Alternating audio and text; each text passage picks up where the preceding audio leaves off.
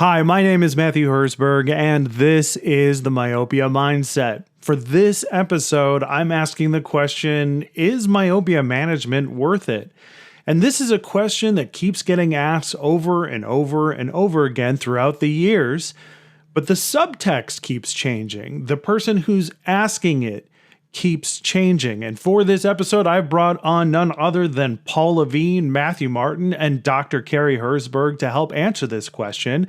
And the reason why is because the four of us got together 5 years ago when this question, even though phrased the same, meant something completely different.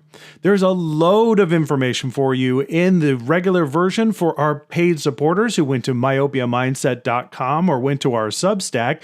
There's an extended version of this episode, even 30 more minutes of great discussion. You've got absolute titans of our industry on this episode with tons of inspiration, education, and motivation for you. So let's answer the question and get to the episode.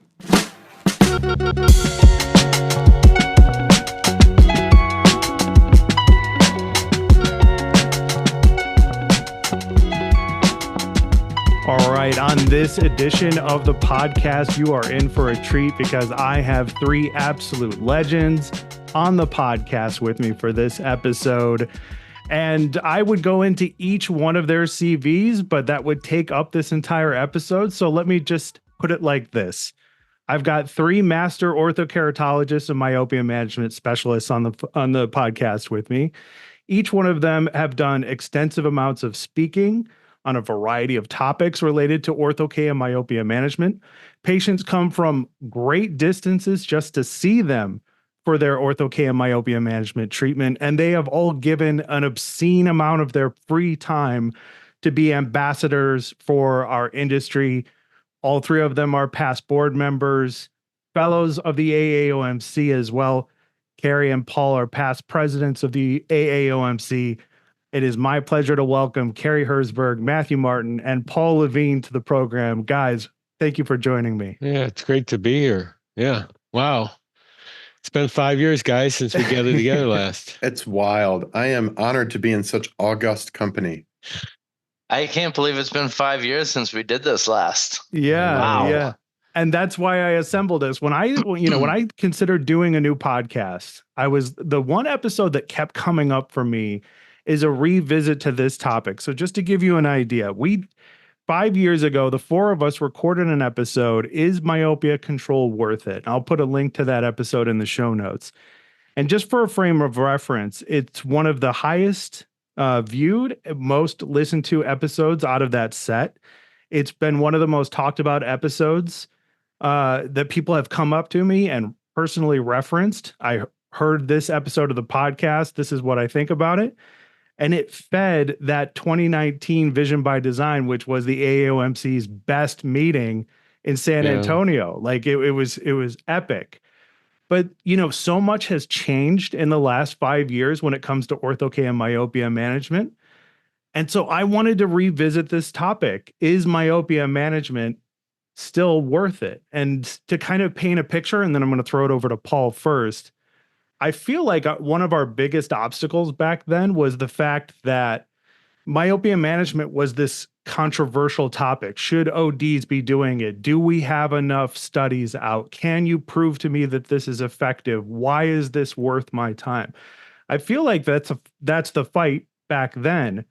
Are we still fighting that similar battle, or have things changed? Paul, what do you think? Well, things have definitely changed, but we're still fighting that battle. We're fighting it with not just, outside of optometry, but inside optometry. There's still plenty of people out there saying, what's so terrible about being myopic?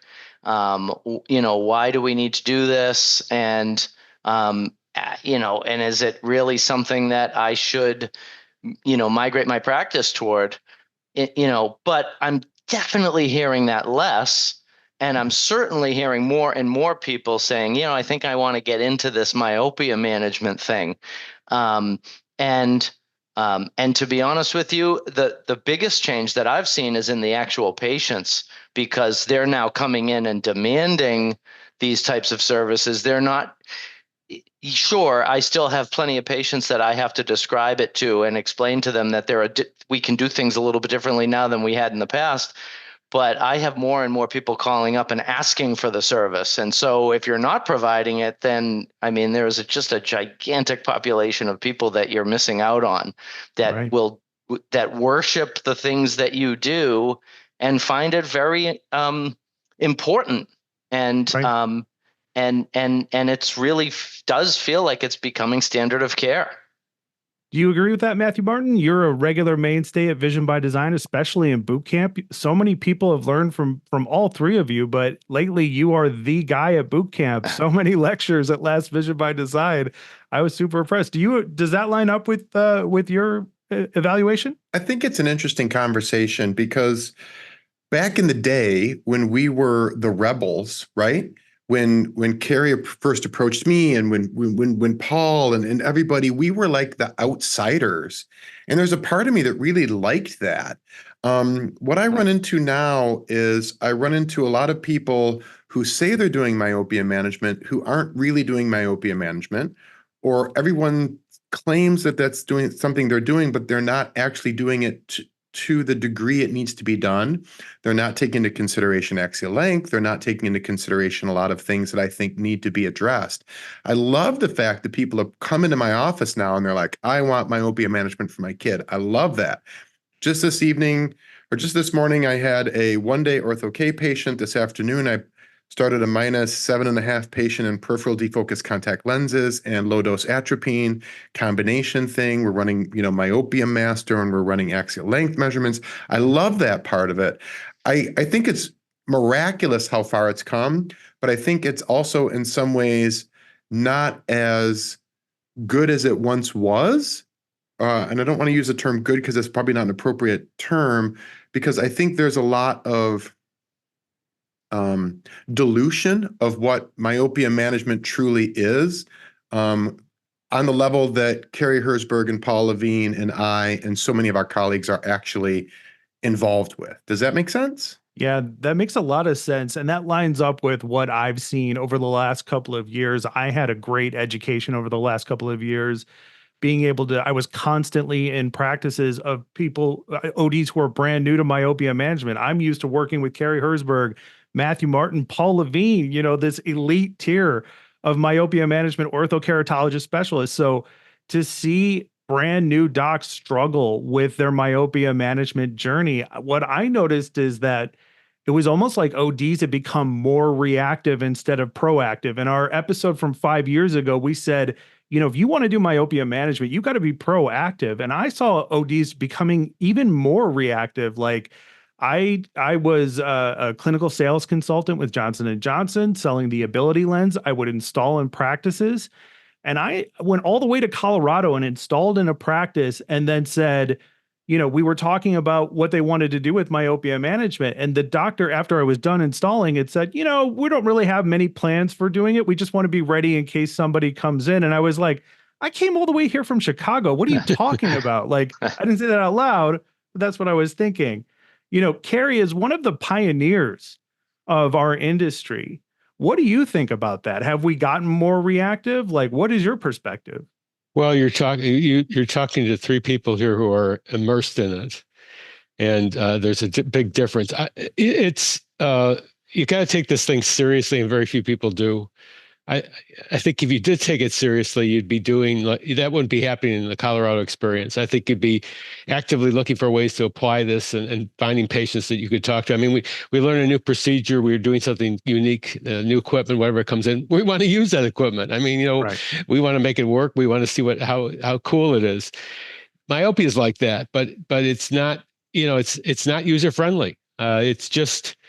At this point, it's a secondary in college in our education because the optometry schools don't offer it. It's just like a couple of weeks maybe.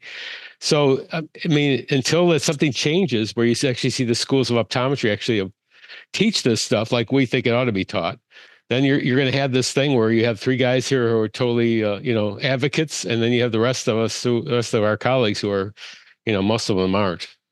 So yeah.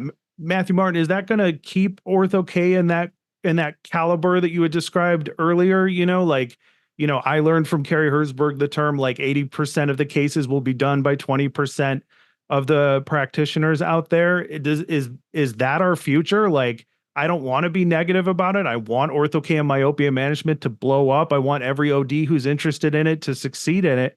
But is that the reality of the situation? Is it going to be the 80-20? I think that's an interesting conversational point, and I do think that currently it is that way, but keep in mind that it was 95%, 5%. So I mean, we've increased the amount of people who are involved in myopia management. We've increased by the amount of people who are aware of it. But like I have a doctor, she was referred to me by another doctor. She's driving 3 hours away to come down here so I can fit her child in Ortho-K retainers and teach her how to do Ortho-K, because she lives three hours away, and we're going to get her set up and get her excited and get her stoked about Ortho-K and about myopia management. She wants to be involved, but there's nobody in her area that takes it seriously. Maybe they dabble, or maybe they're not serious about it, or maybe they're not involved.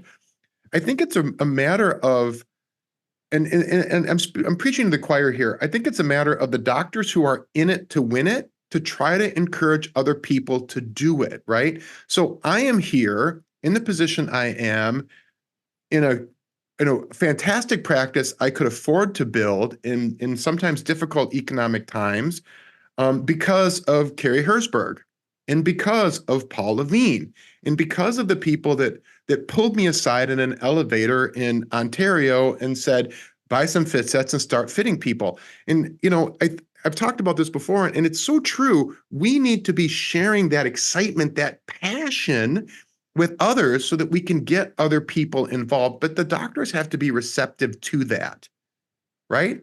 Like they have to be receptive to wanting to learn. And one of my lectures, I give it whenever I do myopia management stuff, is I talk about the fact that some of our colleagues just don't want to do it. So I had some colleagues I reached out to. I'm like, I'd love to educate you. I'd love to help you to do this. I'm willing to come and lecture to your staff. You don't even have to refer patients. You can see them yourself. And these doctors were like, nah, I just don't want to do it. It's too much work.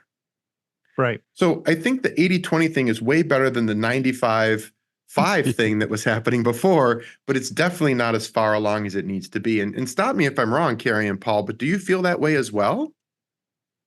I think we're looking at I think we're looking at a situation where it's hard to do myopia. It really is and you're in a system where with the vision care plans that doesn't allow it to happen really, because you don't get paid to spend the time. It's really preventive care. I mean, when it boils down to it, we're practicing preventive care, and that takes time. That takes education, and most doctors aren't willing to put it in for different reasons. But so I see Justin Kwan going around, other great doctors going around talking about, wouldn't it be great, to see this kind of like total immersion into myopia that we want, but it doesn't happen by accident. You got to go in there and be intentional, and we've got to spread the advocacy that we have within the academy, that small ball of energy that you're speaking about. We have to spread that to the rest of optometry, and that starts in the school system. You got to get the students involved in that. Secondary education is fine, but you got to, they need to come out of school knowing how difficult and how hard myopia is to deal with, and what they need to do to address that.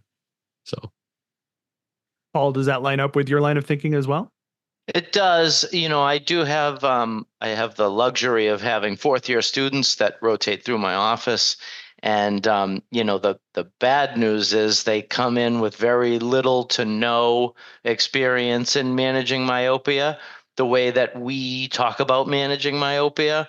And they have even less experience in orthokeratology and how to use that type of modality. But the good news is they're really excited about it, and they come in and they wished that they had gotten more of it in school, and they really think that it is something worth learning and perfecting. So I do think that we've got a bunch of young docs that are excited about it. Now, whether they have the motivation or the gumption to actually become expert in it, only time will tell. But I can just tell you that there is a level of excitement there. And every time they see the success cases, it kind of blows them away. And I'll be honest with you, and I'll throw this back to Cary and Matthew. I mean, between the three of us, we've got how many thousands and thousands of fits have been done. And aren't you just kind of still blown away every time? Absolutely. Like how, Yeah. like it is truly like magic when you can apply. The thing I love the most about Ortho-K of all the myopia management strategies is that there's such a secondary benefit to be able to see clearly without the dependence on an appliance. And I mean, yes, you're dependent on wearing this thing when you're asleep, but you know what I'm saying. And it's just the Ortho-K treatment is 24/7, 365, because whether the lens is on or the lens is off, the therapy is being delivered to that visual system, and we have other options, and those other options are terrific, but they still don't give the level of full-timeness that I think you get with orthokeratology. And the students that roll through my office kind of really do appreciate that excitement and that passion that I still bring to every single case that I manage. Yeah. Yeah. Matthew, you had your hand up. You're Let's hear killing me. about You're it. killing me. So I talk about this all the time whenever I have the chance to lecture out. And that is that 22 years of doing this, 22 years, thank you to Cary Herzberg for that. 22 years of it, I am still stoked 2 or 3 mornings a week when I get a patient in who's on a first morning Ortho-K follow-up and they're 20/20, they're -3 and they're 20/20. I'm like, who's the man? I'm the man. And they love me and I love it. And everyone is stoked about it. And it's ridiculous. There's nothing in eye care. There's nothing in the entirety of eye care that compares. I took a 2-day course on dry eye, and I went through this whole process. It was like $2,000 to take this course as a whole thing. I got about 3/4 of the way into it, and I reached out to the woman who was running it, and I said, "Are these dry eye patients always this sour and crabby?"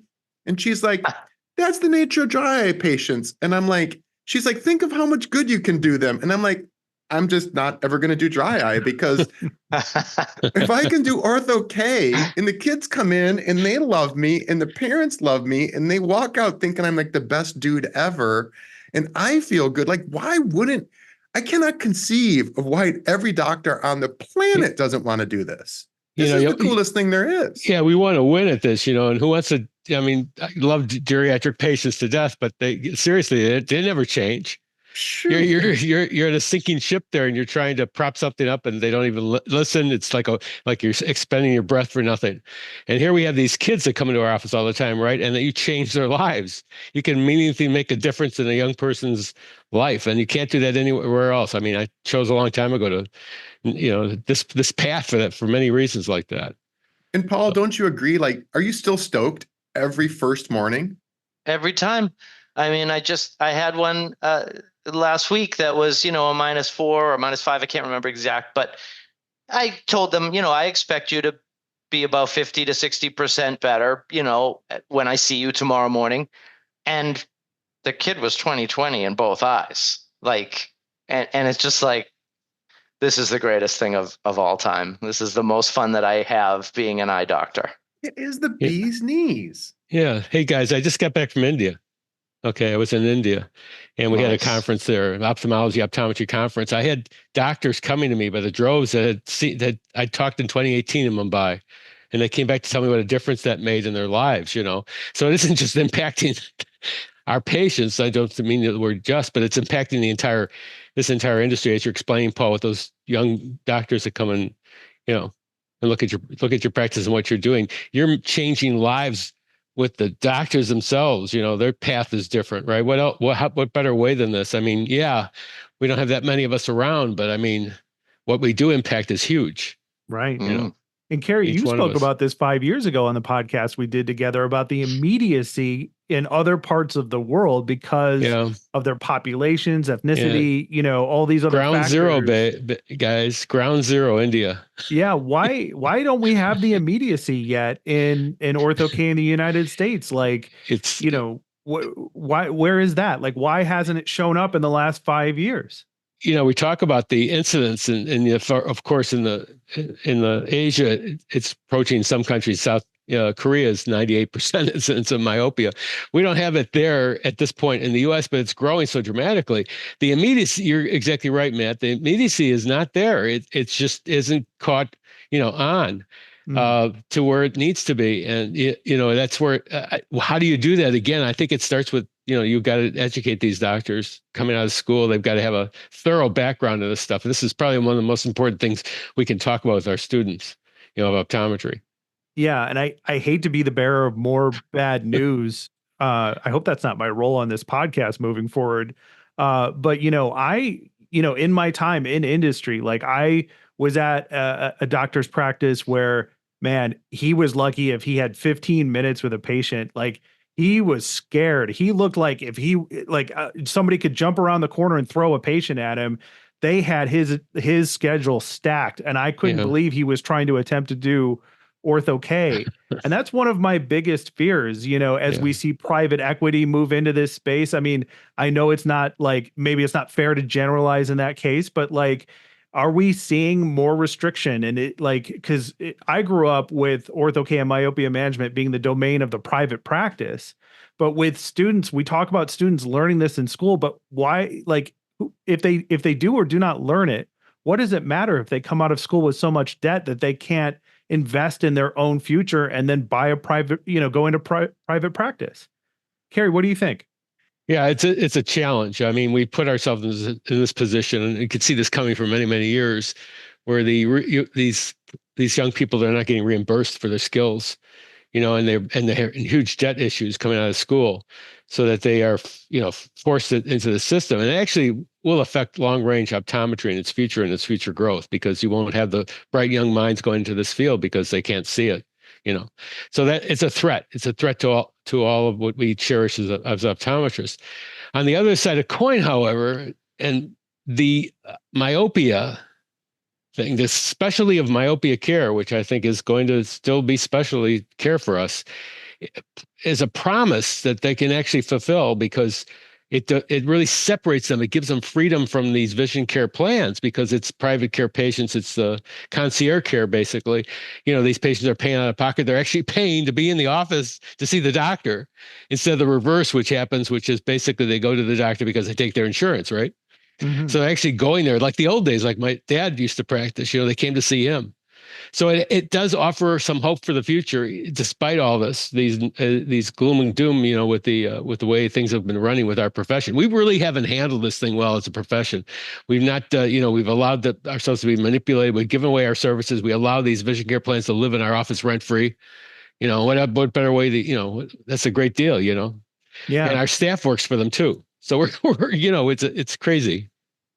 Paul, what is your experience in that space, at this stage in your career, if you don't mind sharing with us? Well, in my office, I mean, I still take, most of the larger vision plans. Mm-hmm. And I do spend a lot of my day, seeing primary care patients, for the pittance that we get as a, remuneration for our time and effort. And the other thing that we've definitely seen is that we might be getting compensated for our labor, but we've lost parts. So the parts are being purchased outside of the practice big time.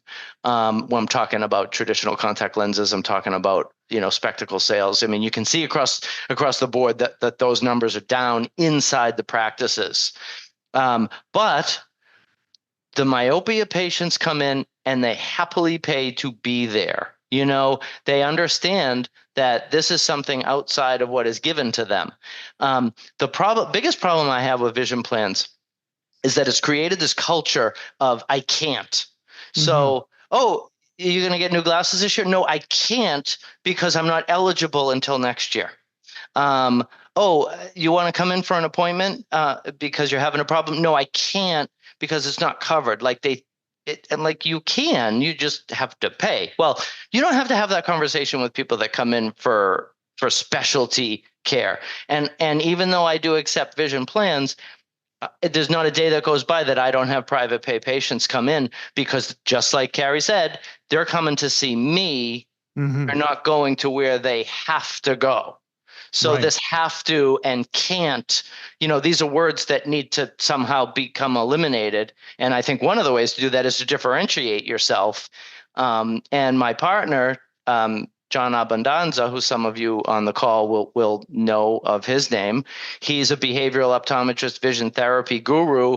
And his line, which I love, is, do you know how many eye doctor practices that patient drove by to come see you? Right. And so, that's how I think there's a way to navigate taking plans and still succeeding and practicing the way you want to practice. Right. Matthew, you just expanded into a new space. How did you do what Paul is describing? Like, how did you differentiate yourself and how did you define your practice? Yeah, so I think this is really an interesting conversational point because, so let's talk about economic downturns. Let's talk about insurance. Let's talk about, the market, if you will. So we moved from our 1,200 square feet to a 4,800 square foot facility. I bought an 8,000 square foot building. I mean, we're kind of all in on it here at the office. We take insurance as well. I do all of the comprehensive normal stuff, glasses, contact lenses, multifocal contacts, all that jazz. The key for me is this. I just met one of my colleagues at a little education talking about Zydemvi, which is a Demodex drug that's out. But afterwards, when we were walking out, I stopped and I talked to him a little bit about business because he's maybe 8 miles away from me, and we're in a fairly rural setting. And I said, how is business? The last 3 weeks have been kind of rough for us. And he said, interestingly enough, since July, it's been really rough for his associate. His associate just does bread and butter care, glasses, contact lenses, so forth and so on. He said the last 3 weeks, meaning that about 2 weeks before the election and this week after the election, have been very difficult in his office. But previous to that, he's been rocking because he does specialty care, dry eye. He dabbles a little bit in ortho-K, but mainly his focus is dry eye. For us, we haven't had any problems until just recently with the election stress, right? And it's because we do myopia management. So the whole point of this podcast is it worth it? And the answer is yes. Everybody else has been suffering since July. But I only now was like, things are a little bit slow because we've had the specialty care. People have been coming in. They do ortho-K, they do peripheral defocus contact lenses, they do atropine, we do scleral lenses. Because that specialty care isn't completely isolated from the economic situation, but it is certainly buffered compared to just bread and butter optometry. And I think that's a big take-home message for someone who's out there who is flirting with myopia management. For goodness sakes, is it worth it? Yes, it's worth it because it insulates you from a lot of the terrible stuff that's going on in eye care as a whole. And Definitely. I think Paul's 100% right and Cary's 100% right. It's really about, can you do something that's special that people are excited about? And I've talked about this in lectures on stage. I've talked about it on management stuff I've done with online webinars. I was in India with Cary in 2018, lest he should forget. I have people that drive 3, 4, 5, 6 hours to come to our office. If you drive 4 hours, you've driven by 100 optometrists by the time you arrive to my office. And I know Paul has the same thing. I know Cary's had the same thing. Yeah. In the practices I've been in over the last couple of years, it's like I've tried to bring the messaging and the attitude of all in from that I learned at the AAOMC, and I tried to bring that to every practice. I grew up in Cary's practice.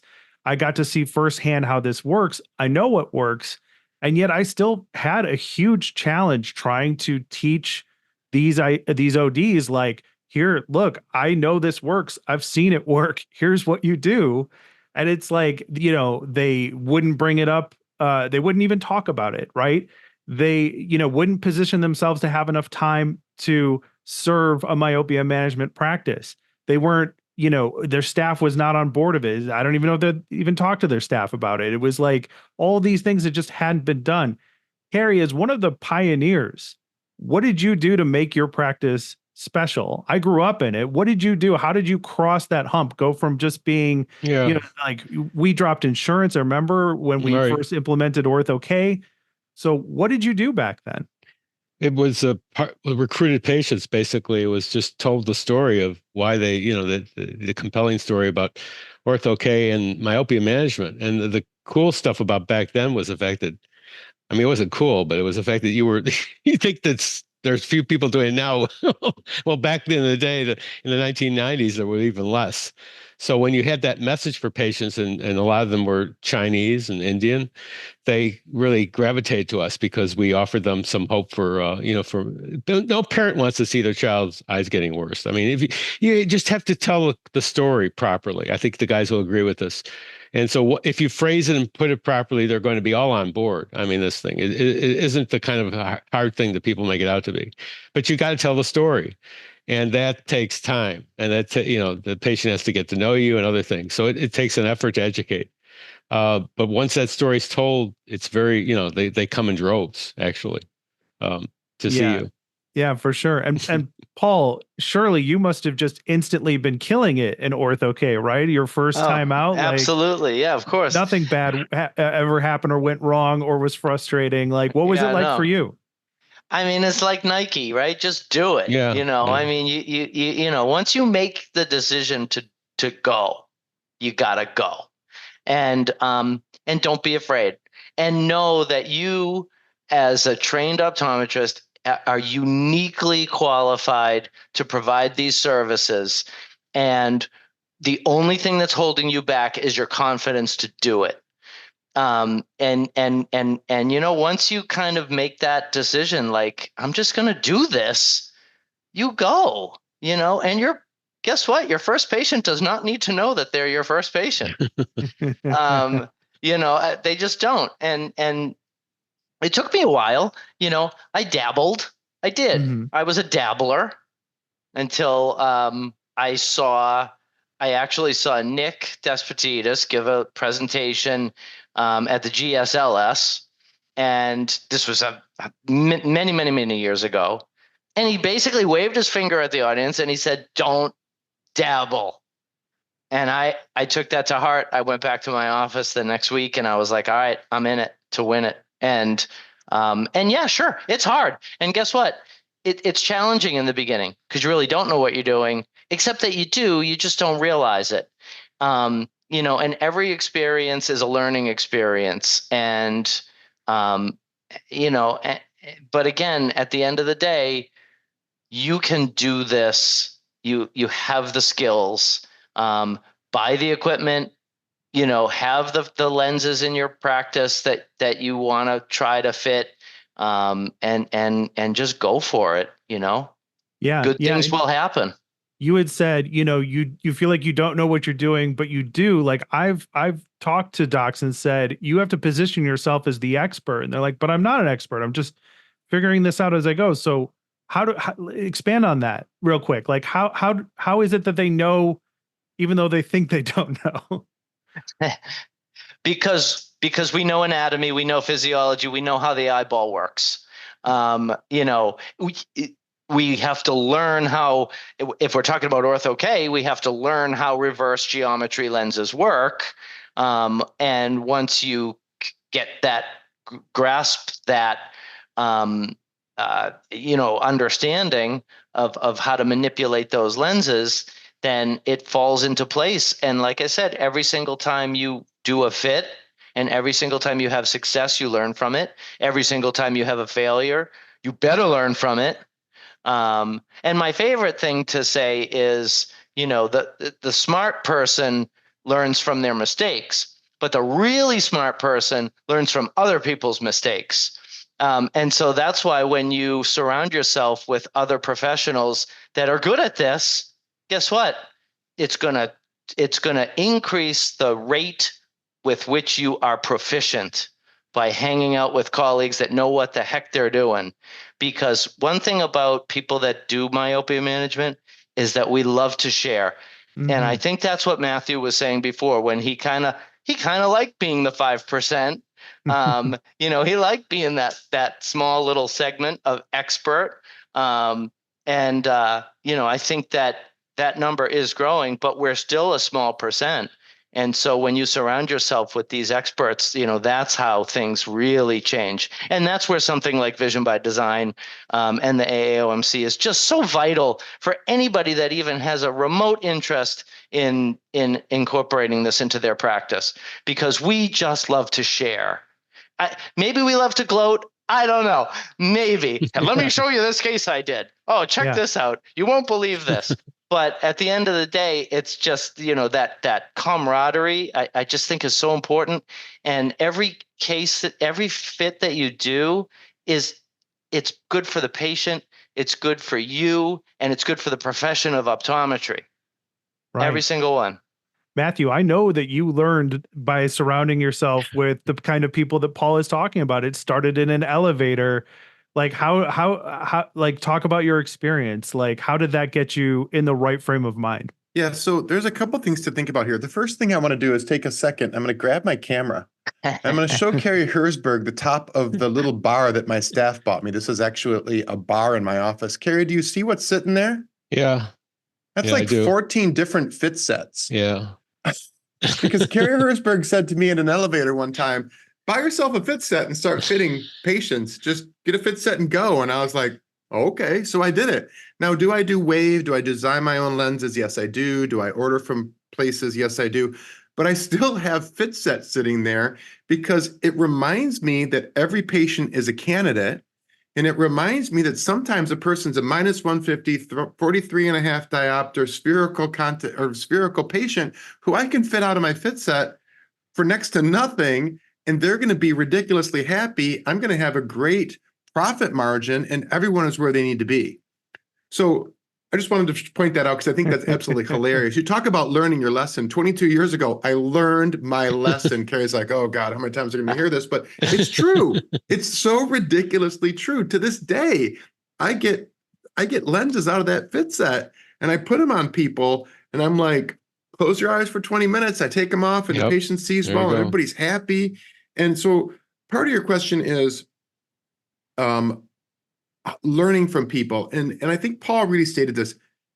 I can't emphasize vision by design. I emphasize it so much. Every lecture I give, whether it's GSLS, whether it's vision by design, whether it's webinars, because I've been fortunate enough to be asked to do a fair amount of webinars, I always talk about vision by design. And I sound like I'm advertising it, but there's just no better meeting. You go to Vision by Design, and you come out of a lecture and you run into somebody and they're like, oh my gosh, let me tell you what I just started doing. This super thing is cool. I'm now doing translimbal, hyperopic, presbyopic, ortho K. Like 10 years ago, I would have been like, that's ridiculous. And now I'm like, yeah, I could do that. Because why? Because someone told me I could. Because one of my colleagues spent an hour and a half after hours with me. I have notes, by the way, like 4 pages of notes, right? This is Anith.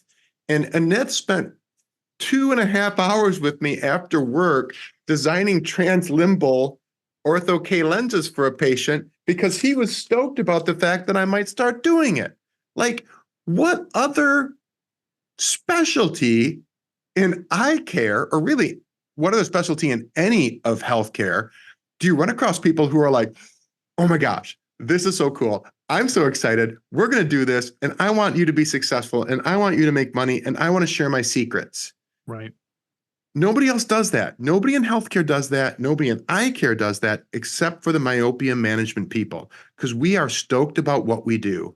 Cary, what are your thoughts? Yeah, for sure. It's just absolutely, Matt. You're right on. It's another thing is that, when you do these kinds of things, I mean, you think about, we asked that this has been 5 years since we got together last to talk about this.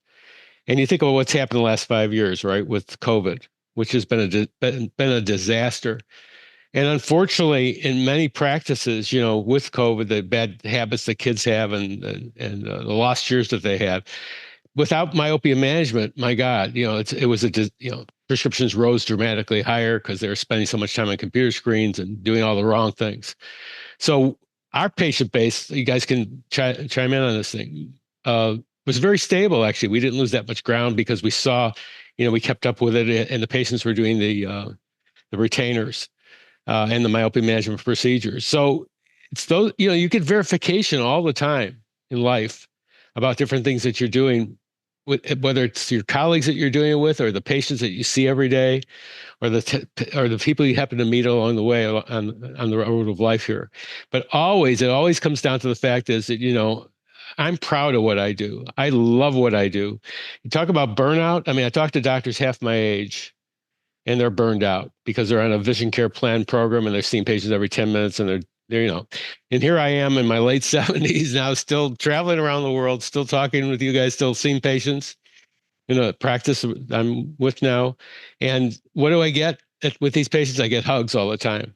I get to hug the parents now because I'm with my other associate doctors, that they go work on the patients, work them up, and I'm giving the parents hugs. We talk about, and the one thing we talk about that we always testify to is axial length. This is a population that has high incidence of it's Chinese, and it's Asian, and it's Indian.